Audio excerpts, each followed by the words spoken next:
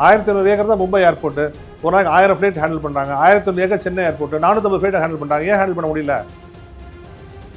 ஆர்வலர்கள் மேலே ஒரு குற்றச்சாட்டு, வளர்ச்சியை தடுக்கிறீங்க அப்படின்னு தான். அதனால் உங்களுக்கு சொல்கிறது கொஞ்சமாக கூச்ச பண்ணல நீங்கள்.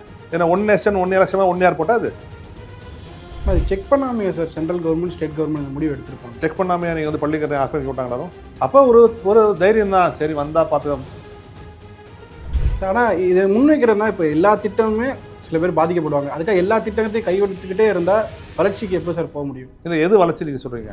சென்னையை வெள்ளத்தில் மூழ்கிப்பது, சென்னை வறட்சியில் சென்னை வெள்ளத்தில் இந்த ஏர்போர்ட் வரனால இதுனா அது 100% வெள்ள வருங்க. அது எந்த மக்கள்கிட்ட வாங்கலாம் திருப்பி கொடுக்க தான் சொல்கிறேன். நிறைய பேர் அவங்களே விருப்பப்பட்டு வித்துட்டாங்கல்ல சார், திருப்பி கொடுத்துருங்க. அதனால் எனக்கு 90% லேண்டை கையப்படுத்திட்டாங்க அப்படின்னு சொல்கிறது பொய். 90% லேண்ட்லாம் கையப்படுத்தலை. தங்கம் சொல்வது பொய். அது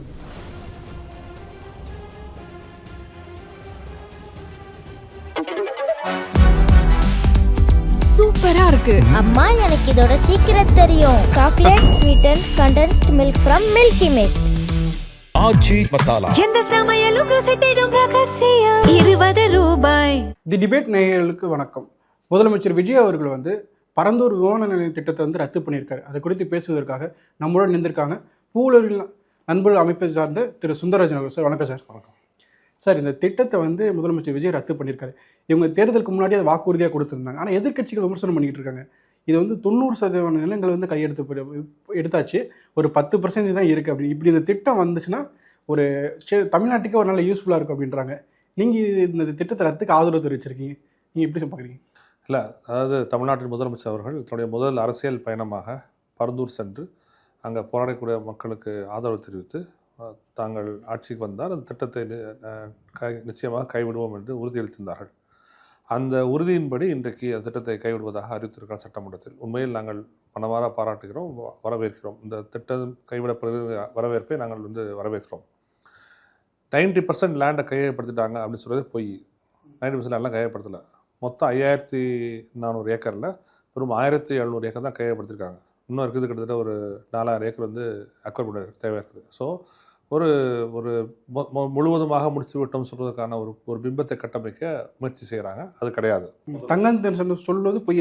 90% லேண்டை அக்வயர் பண்ணல, அது வந்து ஷுவர். என்ன நினைக்கிறாங்கன்னா 1700 அக்வயர் பண்ணிட்டோம், இன்னும் 2000 சில்லற வாட்டர் பாடி இருக்குது. வாட்டர் பாடி எப்படி கவர்மெண்ட் சொந்தமான லேண்டு தானே. ஆனால் அதை போக இன்னும் ஒரு 1000-2000 ஏக்கர் வந்து கையப்படுத்தணும். ஸோ 90% லேண்டு கையப்படுத்தணும்னு சொல்கிறது வந்து தவறான ஒரு தகவல். அதை வந்து ஏற்றுக்கொள்ள முடியாது. ரெண்டாவது, திட்டம் வந்து நிச்சயமாக தமிழ்நாட்டின் வளர்ச்சியை கெடுக்கக்கூடிய திட்டமாக தான் நம்ம பார்க்க வேண்டும். ஏன்னா இன்றைக்கி கர்நாடகா எடுத்துட்டோம்னா பெங்களூரை தவிர எந்த இடத்துலையும் க்ரோத்தே கிடையாது. ஆந்திரா எடுத்துட்டோம்னா, தெலுங்கானா எடுத்துட்டோம்னா ஹைதராபாத் தவிர க்ரோத்தே கிடையாது. ஆனால் தமிழ்நாட்டில் அப்படி இல்லை. திருச்சி நல்லா வந்திருக்கு, மதுரை நல்லா வந்திருக்கு, கோயம்புத்தூர் நல்லா வந்திருக்கு, சிவகாசி வந்திருக்கு, தூத்துக்குடி வந்திருக்கு, ஒசூர். இதில் ஏன் நடக்குன்னா தமிழ்நாடு ஒரு பரந்துபட்ட வளர்ச்சிங்கிற சித்தாந்தத்தை வந்து கடந்த 50 ஆண்டுகளாக 60 ஆண்டுகளாக கடைபிடிச்சிட்டு வருது. அதன் விளைவாக தான் வந்து வளர்ச்சியை பார்க்குறோம். இன்றைக்கி பெங்களூரில் ஏர்போர்ட் பெருசாக கட்டினாங்க இல்லையா, அதுக்கப்புறம் என்ன ஆச்சுமா, வேறு எந்த ஏர்போர்ட்டும் க்ரோ ஆகலை. ஆனால் சென்னையில் தமிழ்நாட்டில் அப்படி இல்லை. தமிழ்நாட்டை வந்து விமான பயணிகளில் வந்து 70% தான் சென்னை ஏர்போர்ட் யூஸ் பண்ணுறாங்க. மிச்சம் இருக்க 30% வந்து இந்த மற்ற ஊர்களுக்கு விமானங்கள் பயன்படுத்துகிறாங்க. ஆனால் கர்நாடகாவில் 96% பெங்களூர் ஏர்போர்ட் தான் பயன்படுத்துகிறாங்க. கர்நாடகாவில் விமானத்தை பயன்படுத்தக்கூடிய நபர்களில் எண்ணிக்கையில் 96% பெங்களூர் தான் பயன்படுத்துகிறாங்க. அப்போ இருந்து என்ன புரிஞ்சுக்கணும்னா ஒரு சென்ட்ரலைஸ்டு க்ரோத்தை தான் வந்து பெங்களூர் போன்ற விமானங்கள் வந்து கொண்டு வரும். ஒன்று. ரெண்டாவது, பெங்களூர் வந்து ஒரு 3000 அடி உயரத்தில் இருக்குது. கடல் மட்டத்துலேருந்து 3000 அடி உயரத்தில் இருக்குது. ஸோ மழை பெஞ்சால் தண்ணி கீழே போயிடும். ஆனால் சென்னை வந்து 3 அடி உயரத்தில் இருக்குது. 3 அடி தான், 1 மீட்டர் தான். அப்போ சென்னையை வெள்ளத்திலிருந்து காப்பாற்ற வேண்டும் என்றால் சென்னையில் உள்ள நீர்நிலைகளை பாதுகாத்தே ஆகணும். சரியா? இன்றைக்கி ஏன் தென் சென்னை தத்தளிக்குது? மழை பெஞ்சா எது தத்தளிக்கும்? வேளச்சேரி, பள்ளிக்கரணை போது தத்தளிக்கும். தெரியுமா? அங்கேருந்து நீர்நிலையெல்லாம் ஆக்கிரமிச்சு பள்ளிக்கரெல்லாம் ஆக்கிரமிச்சு கேட்டோம். ஸோ சென்னை, வேளச்சேரி வந்து தத்தளிக்கும். சென்னைக்கு மேற்கு பக்கம் உதாரணமாக அண்ணா நகர், கோயம்பேடு, இல்லை இந்த பகுதி வந்து ஏன் இன்னமும் ஓரளவுக்கு சேஃபாக இருக்குன்னா அதுக்கு மேற்கு பக்கம் உள்ள நீர்நிலைகள் வந்து ஓரளவுக்காக சேஃபாக இருக்க தான் முக்கியமான காரணம். அப்போ சென்னைக்கு பெய்கின்ற மழை என்பது சென்னையில் பெய்ய மழை மட்டும் கிடையாது. காஞ்சிபுரம், திருவள்ளூர், அரக்கோணம் இங்கே பெய்கிற மழை தான் சென்னைக்கு வெள்ளமாக வரும். ஸோ உதாரணத்துக்கு இப்போ கடும் மழை பெய்யுது நமக்கு தொடர்ச்சியாக. அப்போ என்ன ஆகுனா அந்த வாட்டர் பாடிஸ்லாம் வச்சுக்கோங்களேன், அங்கே பெய்யக்கூடிய மழை பிடிச்சி வச்சுக்கும். அதுக்குள்ளே சென்னையில் பெய்கிற மழை வந்து கடலுக்கு போயிடும். ஒரு நாள் கடலுக்கு போயிடும். அதுக்கப்புறம் தான் அந்த வாட்டர் பாடிஸ் நிறைஞ்சு சென்னைக்கு வந்து தண்ணியாக வரும். இந்த வாட்டர் பாடிஸ் இல்லைன்னு வச்சுக்கோங்க, 2 நாட்கள் கழித்து வர வேண்டிய தண்ணீர் 2 மணி நேரத்தில் வந்து சென்னைக்கு வந்து வந்துடும். அப்போ ஏற்கனவே சென்னையில் இந்த மழையும் வந்து தண்ணீர் வந்து அதிகமாக இருக்கும். அப்போ 2 தண்ணியும் சேரும்போது வந்து சென்னை வந்து வெள்ளக்காடாக மாறிவிடும். அப்போ உண்மையில் சென்னை மக்கள் யாருக்கு நன்றி சொல்லணும்னா அந்த பரந்தூர் மக்கள் நன்றி சொல்லணும். எங்கள் ஊரை வந்து எங்கள் சிட்டியை வந்து நீ வந்து வெள்ளத்துலேருந்து காப்பாற்றிட்டீங்க அப்படின்னு சொல்கிறதுக்காக நன்றி யாருக்கு சொல்லணும்னா அந்த பகுதி மக்கள் வந்து நன்றி சொல்லணும். ஆனால் அது செக் பண்ணாமையா sir central government state government இந்த முடிவு எடுத்திருப்பாங்க? செக் பண்ணாமையா நீங்கள் வந்து பள்ளிக்கரணை ஆக்கிரமிக்க விட்டாங்களாரும்? பள்ளிக்கரணை எத்தனை ஏக்கர் இருந்துச்சு? 5000 ஹெக்டேர் இருந்துச்சு இல்லை? நீங்கள் எவ்வளோ இருக்குது? 600 தானே இருக்குது. மிச்சம் எங்கே போச்சு? National institute of wind energy எங்கே இருக்குது? சென்ட்ரல் கவர்மெண்டோட இன்ஸ்டியூட் தான் அது, பள்ளிக்கரணைக்குள்ளே இருக்குது. நேஷனல் இன்ஸ்டியூட் ஆஃப் ஓஷன் எங்கே இருக்குது? பள்ளிக்கரணைக்குள்ளே இருக்குது. அப்போ அதெல்லாம் அவங்களுக்கு தெரியாதா? அப்போ ஒரு தைரியம் தான். சரி வந்தால் பாதிக்கப்பட போகிறது சாதாரண மக்கள் தானே, அவங்க யாரும் அதை பற்றி கவலைப்பட போகிறது இல்லையா? ஸோ இதெல்லாம் கணக்கில் கொள்ளாமல் செய்த விளைவை தான் சென்னை சந்திச்சுட்டு இருக்கு. சார் ஒரு இன்டர்நேஷனல் அளவுக்கு சென்னையை கொண்டு போகணும், அதுக்கு கண்டிப்பாக 2வது விமான நிலையம் வேணும்னு தான் சார் முன்வைக்கிறாங்க. இல்லை அதான் நம்ம ஒரு பொருளாதார வளர்ச்சி வேணும். ஏன்னா இல்லை போதிய அளவுக்கு இல்லை, கையாளக்கூடிய போதிய அளவுக்கு இந்த இப்போ இருக்க சென்னை ஏன் இல்லை? 1500 ஏக்கர் தான் மும்பை ஏர்போர்ட்டு. ஒரு நாளைக்கு 1000 ஃப்ளைட் ஹேண்டில் பண்ணுறாங்க. 1100 acre Chennai airport, 450 flight handle பண்ணுறாங்க. ஏன் ஹேண்டில் பண்ண முடியல? சொல்லுங்கள். ஏன் 1000 ஃப்ளைட்ஸ் ஹேண்டில் பண்ணக்கூடிய மும்பை விமான நிலையம் 1500 ஏக்கர், சென்னை விமான நிலையம் 1500 ஏக்கர், 450 ஃப்ளைட்ஸ் ஹேண்டில் பண்ணுறாங்க. அப்போ சென்னை ஏர்போர்ட் அத்தாரிட்டி பிரச்சனையா இல்லை பரந்தூர் பிரச்சனையா? ஏர்போர்ட் அத்தாரிட்டி பிரச்சனை. நாங்கள் பல ஆண்டுகளாக சொல்லிட்டு இருக்கோம், தமிழ்நாடு அரசாங்கம் வந்து சென்னை ஏர்போர்ட்டு டேக் ஓவர் பண்ணிவிட்டு ஏதாவது ஒரு ப்ரைவேட் சிங்கப்பூர் ஏர்போர்ட் ஆப்ரேட்டர் இருக்காங்களா, அவங்கள டைப் பண்ணி இந்த ஏர்போர்ட்டை ரன் பண்ணாலே புதிய விமான தேவையே வந்து இல்லாமல் போய்விடும். சரிங்களா? இந்த திட்டம் வந்தால் சென்னை பொருளாதாரத்தில் மிகவும் பின்தங்கி விடும், ஒரு மிகப்பெரிய அழிவு சந்திக்கும் என்ற சந்தேகமே கிடையாது. பரந்தூர் ஏர்போர்ட் வந்து ஆமாம், கண்டிப்பாக. நீங்கள் சென்னை வெள்ளம் 2015 வந்துச்சுல, அப்போ எத்தனை MSME இண்டஸ்ட்ரி க்ளோஸ் பண்ணாங்க தெரியுமா உங்களுக்கு? எத்தனை க்ளோஸ் பண்ணாங்க? 50,000 சிறு குறு தொழில்கள், 50,000 தொழில் வந்து சென்னையோட வெள்ளத்துக்கு அப்புறம் கூடப்பட்டுச்சு. அப்போ வெள்ளம் அதிகமாகும் போது என்ன ஆகும்? இல்லை அவுட்டரில் தான் சார் இருக்குது பரந்தூர். சென்னையிலேருந்து இருக்கு. சென்னை பரந்தூர் விமான நிலையத்துக்குள்ள மட்டும் 33 வாட்டர் பாடி இருக்குங்க. அது அழிக்க போகிறாங்க. 33 வாட்டர் பாடி அழிக்க போகிறாங்க. அப்புறம் ஏர்போர்ட் இருந்துச்சுன்னா பக்கத்துலேயே ஒரு மால் வரும், ஒரு ஆஃபீஸ் காம்ப்ளெக்ஸ் வரும், ஒரு ஏரோ சிட்டி வரும், இதெல்லாம் வரும்ல. அப்போ அதெல்லாம் எத்தனை வாட்டர் பாடி அழைப்பாங்க? நீங்கள் என்னைக்காவது அந்த மேப் எடுத்து பார்த்துருக்கீங்களா? அந்த சென்னைக்கும் பரந்தூருக்கும் இடையே எவ்வளோ வாட்டர் பாடிஸ் மேப்பை நீங்கள் பார்த்துருக்கீங்களா? அப்போ அத்தனை வாட்டர் பாடி அழிச்சிட்டா அப்போ சென்னை என்ன ஆகும்? Correct sir. இந்த முன்னெச்சரிக்கை இல்லாமல் தான் அரசு அந்த முடிவு எடுத்தாங்களா சார்? இல்லை, முன்னெச்சரிக்கை இல்லாமல் தான் அரசு பள்ளிக்கரணை விட்டாங்களே.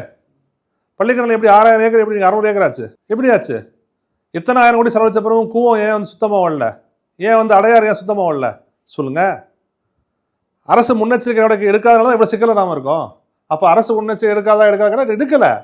அதை எடுத்து தான் தமிழ்நாடு மாசு கட்டுப்பாடு ஒழுங்காக செயல்படுச்சு தான் கூவம் நதி ஏன் இவ்வளோ அசுத்தமாக ஓடுது? அது அரசு நிறுவனம் தானே அது.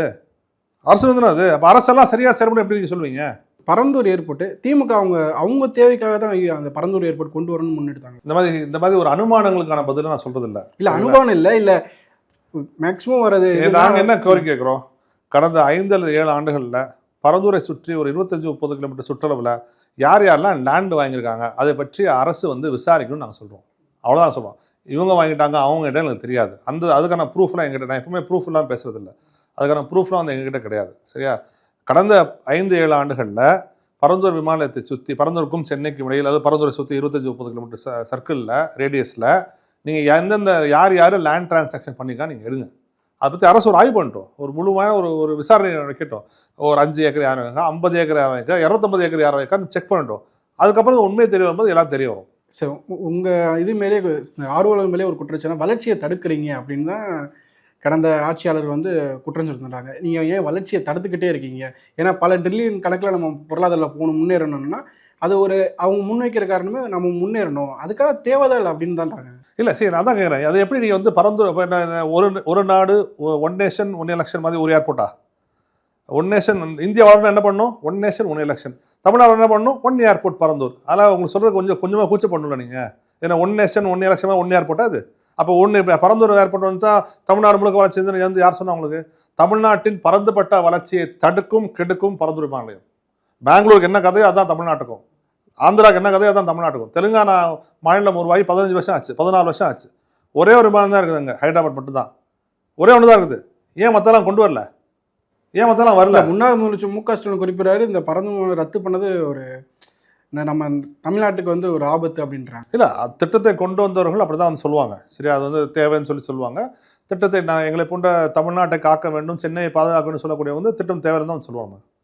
ஸோ இப்போ இந்த இடத்தை வந்து இப்போ இதுக்காக கையகப்படுத்தினது, இது மற்றதுக்கு யூஸ் பண்ணக்கூடாது அப்படின்றாங்கல்ல சார்? அது பாதி லேண்ட் கையகப்படுத்திட்டாங்க, 1700 ஏக்கர் கையகப்படுத்திருக்காங்க. சரியா?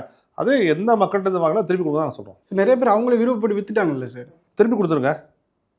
அதெல்லாம் இருக்குது. அதெல்லாம் என்ன இருக்குது? அதெல்லாம் என்ன இருக்குது? அதனால் மக்கள் நிலந்தானே அது, மக்களை திருப்பி கொடுத்துருங்கன்னு சொல்கிறோம். அவ்வளோதான். கேரளாவில் சில்வர் லைன் ப்ராஜெக்ட் இருக்குது, 60,000 கோடி ப்ராஜெக்ட் அது கடந்த இடதுசாரி அரசாங்கம் வந்து அதுக்காக நிலத்தை கையப்படுத்திருந்தாங்க. அந்த ப்ராஜெக்ட் வந்து புதிய காங்கிரஸ் அரசு வந்து கைவிட்டாங்க. அந்த நேரத்தில் மக்கள்கிட்ட திருப்பி கொடுத்துட்டாங்க. அவ்வளோதானே. ஆனால் என்ன இருக்குங்கிற மக்கள்கிட்ட திருப்பி கொடுத்தா என்ன பிரச்சனை முடியும்? மக்கள் தானே போகுது. சரி, அதே போல் வந்து இப்போ நீங்கள் சென்னைக்கு ஒரு ஏர்போர்ட் போதுன்றீங்க. இப்போ பொருளாதார வளர்ச்சி வந்து நீங்கள் பரமப்படுத்தி தமிழ்நாடு ஃபுல்லாக கொண்டு போகணுன்றீங்க, கோயம்புத்தூர் மதுரை இதுன்னு போடுறீங்க. ஆனால் முன்வைக்கிறதுனா ஒரு சென்னை ஒரு சிட்டியை தான் சார் முன்னெடுக்கிறாங்க. இப்போ ஒரு டாப் 5 சிட்டியில் இந்தியாவில் சென்னை இருக்குது. சென்னைக்கான தேவை தான் சார் அதிகப்படுத்துவாங்க வர அரசாங்கம். சென்னைக்கான தேவை என்பது இப்போது அறிவித்துள்ளபடி இந்த விமானத்துக்கு அருகாமையிலே சேட்டலைட் டெர்மினல் போடுறது சரியான விஷயம். அங்கே ஏற்கனவே அந்த அந்த திட்டம் தான் இருந்துச்சு. 2012 வரைக்கும் அந்த திட்டம் தான் இருந்துச்சு. 2012க்கு அப்புறம் என்ன மாயாஜரம் இருந்துச்சுன்னு தெரியல. அந்த திட்டத்தை முழுவதுமாக கைவிட்டு நாங்கள் வந்து வேற எங்கேயா போகிறோம்னு சொல்லி அனௌன்ஸ் பண்ணிட்டு போயிட்டாங்க. ஸோ வந்து 2012-13 வரைக்கும் இன்ஃபேக்ட் அதுக்கான நோட்டிஃபிகேஷனை விட்ரா பண்ணதே ஒரு 3-4 வருஷம் தான் நோட்டிஃபிகேஷன் விட்ரா பண்ணாங்க. அந்த பகுதியில் கன்ஸ்ட்ரக்ஷன்ஸ்லாம் பேன் பண்ணி வச்சுருந்தாங்க. அதுக்கான நோட்டீஸை விட்ரா பண்ணது வந்து ஒரு ஃபியூ இயர்ஸ் பேக் தான் வந்து விட்ரா பண்ணாங்க. அப்போ ஒரிஜினல் திட்டம் இருக்குல்ல, சேட்டலைட் டெர்மினல் திட்டம், அதை ஏன் வந்து செயல்படுத்தலை? அதே செயல்படுத்த விடலை. யார் செயல்படுத்த விடலை? எதுக்காக செயல்படுத்த விடலை? அதெல்லாம் நீங்கள் எடுத்து தெரிஞ்சுக்கிட்டீங்கன்னா ஏன் இந்த திட்டம் இங்கேருந்து பரந்தூருக்கு ஷிஃப்ட் ஆச்சு நீங்கள் சொன்னீங்கன்னா மக்களுக்கும் தெரியும். இல்லை அதெல்லாம் ஆய்வு பண்ணி அரசாங்கம் கொண்டு வரணும். இப்போ அனௌன்ஸ் பண்ணியிருக்காங்க சேட்டலைட் டெர்மினல் கொண்டு வரணும்னு சொல்லிட்டு. ஸோ கொண்டு வரட்டும், அதை நாங்கள் வந்து வரவேற்கிறோம். சரி, நீங்கள் கடந்த காலத்தில் போராடி இருப்பீங்க, உங்களுக்கு ஏதாவது த்ரெட் வந்திருக்கா சார் இது பரந்தூர் சம்மந்தமாக? சரி, ஒரு சமூகத்துக்குள்ளே வரும்போது, அரசியல் ரீதியாக வரும்போது, சூழலியல் சார்ந்து இயங்கும் போது நிச்சயமாக வந்து பல்வேறு சிக்கல்களை அச்சுறுத்தல் வரத்தான் செய்யும். அதெல்லாம் ஃபேஸ் பண்ணி தான் வந்து ஆகணும். சரி, இப்போ இருக்கிற கவர்மெண்ட் வந்து அவங்க ஒரு இதுக்கு வாக்குறுதிகள் கொடுத்துட்டோம், அதுக்காக வந்து இப்போ இது பண்ணுறாங்க. ஆனால் ஒரு குறிப்பிட்ட சொல்ல போல சில பிஸ்னஸ் மேன் வந்து கண்டிப்பாக வேணுன்றாங்க, முன் வைக்கிறாங்க. அவங்களும் தொழில் முனைவராக கண்டிப்பாக ஏர்போர்ட் வேணும் அப்படின்றாங்க. அந்த பார்வையை நம்ம பார்க்கறதால சரி வேணும். சரி, இங்கே இருக்கிற பிஸ்னஸ் மேன் எண்ணிக்கை அதிகமாக, இல்லை சாதாரண விவசாய மக்கள் அல்லது அந்த நிலத்தம்பி இருக்கக்கூடிய மக்களோட எண்ணிக்கை அதிகமாக? விவசாய மக்கள். அவ்வளோதான். டெமோக்ரஸியில் மெஜாரிட்டி தான் வின் பண்ணும். பெரும்பாலான மக்கள் வந்து திட்டத்தால் அஃபெக்ட் பண்ண போகிற பீப்புள் இருக்காங்கல்ல, அவங்க திட்டம் வேணாங்கிறாங்க. சார், ஆனால் இதை முன்வைக்கிறதுனா இப்போ எல்லா திட்டமுமே சில பேர் பாதிக்கப்படுவாங்க. அதுக்காக எல்லா திட்டத்தையும் கைவிட்டுக்கிட்டே இருந்தால் வளர்ச்சிக்கு எப்போ சார் போக முடியும்? இல்லை, எது வளர்ச்சி நீங்கள் சொல்கிறீங்க? சென்னையை வெள்ளத்தில் மூழ்கிப்பது, சென்னை வறட்சியில் சென்னை வெள்ளத்தில் இந்த ஏர்போர்ட் வரனால இதுனா அது 100% உள்ள வருங்க. அது மாற்றுக்கத்தே வேண்டாம். அண்ணா நகர் தப்பிச்சிருக்க அது உங்களுக்கு பிடிக்கலன்னு நினைக்கிறேன். அண்ணா நகர் ஆவடிலாம் தப்பிச்சுட்டு இருக்க வெள்ளத்தில், அது எப்பறம் வேலைச்சேரி மட்டும் போலுங்க. அண்ணா நகர் எப்படி தப்பிக்கும் உங்களுக்கு நினைக்கிறேன். அண்ணா நகரை வந்து கோயம்பேடையும் ஆவடியையும் கீழ்பாக்கையும் அந்த சென்னையோட வெஸ்டர்ன் பெல்ட்டை பூரா வெள்ளத்தில் மூழ்கடிக்கிற உங்களுக்கு ஆசை இருக்குது. அதுக்காக நீங்கள் பரந்தூர் வந்து அப்படி கேட்குறீங்கன்னு நினைக்கிறேன். நான் அப்படிலாம் கேட்கல சார். இல்லை சொல்கிறேன், ஒரு லைட்டர் சென்ஸ். தொழில் முனைவோராக ஒரு வங்கியை கொள்ளடிக்க கொண்டு போய் நீ வந்து வங்கியை பாதுகான்னு சொன்னால் பாதுகாக்க மாட்டான். நீங்கள் தொழில் முனைவருக்கு என்ன தேவை அவங்க சொல்லுவாங்க. இந்த மாநிலத்துக்கு என்ன தேவை, சிட்டிக்கு என்ன தேவை அரசாங்கம் தான். இப்படி எல்லா திட்டத்தையும் எதிர்த்துக்கிட்டே இருந்தா எப்படி சார் வளர்ச்சி அடையும்? அதான் எல்லா எந்த திட்டத்தை நாங்கள் எடுத்தோம் சொல்லுங்க. நீங்க எதிர்த்தேன்னு சொல்லல சார், நீங்க எதிர்த்தேன்னு எந்த திட்டத்தில் இப்ப ஒரு திட்டம் கொண்டு வராங்கன்னா அது கவர்மெண்ட் வந்து தமிழ்நாட்டில் இன்னைக்கு 13 சிப்காட்டுக்கு லேண்ட் அக்விசிஷன் நடக்குது. 13 சிப்காட்டுக்கு எங்கே யாராவது மக்கள் போராடுறாங்களா? புதிய அரசாகட்டும் இல்லை பழைய அரசாகட்டும் 2.5-3 லட்சம் கூட ப்ராஜெக்ட்ஸ் வந்து அனௌன்ஸ் பண்ணாங்க, கையெழுத்து போட்டு கொண்டு வந்தாங்க. யாராவது எதுக்குறாங்களா? யாராவது ஸ்ரீபெரும்பூரில் ஆயிரக்கணக்கான லட்சக்கணக்கான தொழிற்சாலைகள் இயங்குது, யாராவது எதுக்குறாங்களா? அம்பத்தூர் எஸ்டேட்டில் ஆயிரக்கணக்கான தொழிற்சாலை இயங்குது, யாராவது எதுக்குறாங்களா? இந்த எஸ்டேட்டில் ஆயிரக்கணக்கான தொழிற்சாலை இயங்குது, யாராவது எதுக்குறாங்களா? ஓசூரில் ஆயிரக்கணக்கான தொழிற்சாலை இயங்குது, யாராவது எதுக்குறாங்களா? திருப்பூரில் ஆயிரக்கணக்கான தொழிற்சாலை இயங்குது, யாராவது எதுக்குறாங்களா? எங்கெங்கே சுற்றுச்சூழலுக்கு சீர்கேடு இருக்கோ அங்கே மக்கள் போராடுறாங்க. அது அப்படியே மக்கள் போராடினா உடனே தமிழ்நாடு வந்து இதாக போயிடும், தமிழ்நாடு வந்து அதாக போயிருச்சுன்னா என்ன அர்த்தம்? அது எது வளர்ச்சி இல்லை. அதுவும் இந்த காலகட்டத்தில், அதுவும் ஒரு காலநிலை மாற்றம் வந்து தீவிரமாகக்கூடிய காலகட்டத்தில் வந்து நிச்சயமாக சுற்றுச்சூழலை பாதுகாப்பது மட்டும்தான் முக்கியம். மற்றதான் ரெண்டாவது தான். எல்லாமே ரெண்டாவது தான். எல்லா விஷயமும் ரெண்டாகலாம். நான் வந்து மறுக்கவே இல்லை. நான் வந்து ஒளிச்சு மறைச்சே பேசலை. எல்லா விஷயங்களும் நீங்கள் வந்து தூர வச்சிடலாம். சுற்றுச்சூழலை பாதுகாப்பது மட்டும்தான் முதன்மையான விஷயம். அதை பற்றி இன்னும் பேசுவோம். சார், முதலமைச்சர் பார்த்தீங்களா சார்? அதுக்கப்புறம் ஆட்சி பொறுப்பேற்றுக்கு பார்த்தீங்களா? இல்லை, பார்க்கலாம். இல்லை உங்கள்கிட்ட ஏதாவது ஐடியா கேட்டாங்களா சார்? இல்லை, நாங்கள் நன்றி சொல்வதற்காக நாங்கள் வந்து இப்போ இந்த அறிவிப்பு வந்த பிறகு நன்றி சொல்வதற்காக அது மக்கள் போகணும்னு சொல்லியிருக்காங்க. அந்த மக்கள் போனால் சேர்ந்து போகலாங்க இதில் இருக்கோம். சார், இந்த ஏர்போர்ட் பரந்தூர் தவிர்த்து வேறு தமிழ்நாட்டில் எங்கே கொண்டு வந்தால் நல்லாயிருக்கும்? தமிழ்நாட்டில் இருக்கிற மற்ற ஏர்போர்ட்லாம் நீ எக்ஸ்பேண்ட் பண்ணுங்கள். திருச்சி, மதுரை, கோயம்புத்தூர், தூத்துக்குடி சென்னையோட வளர்ச்சி போதுன்றீங்களா இல்லை எப்படி? சென்னை இந்த இருக்கிற விமானம் போதுங்கிறேன். பொறுத்திருந்து பார்ப்போம் சார். பல தகவல்களை பயந்ததுக்கு ரொம்ப நன்றி சார்.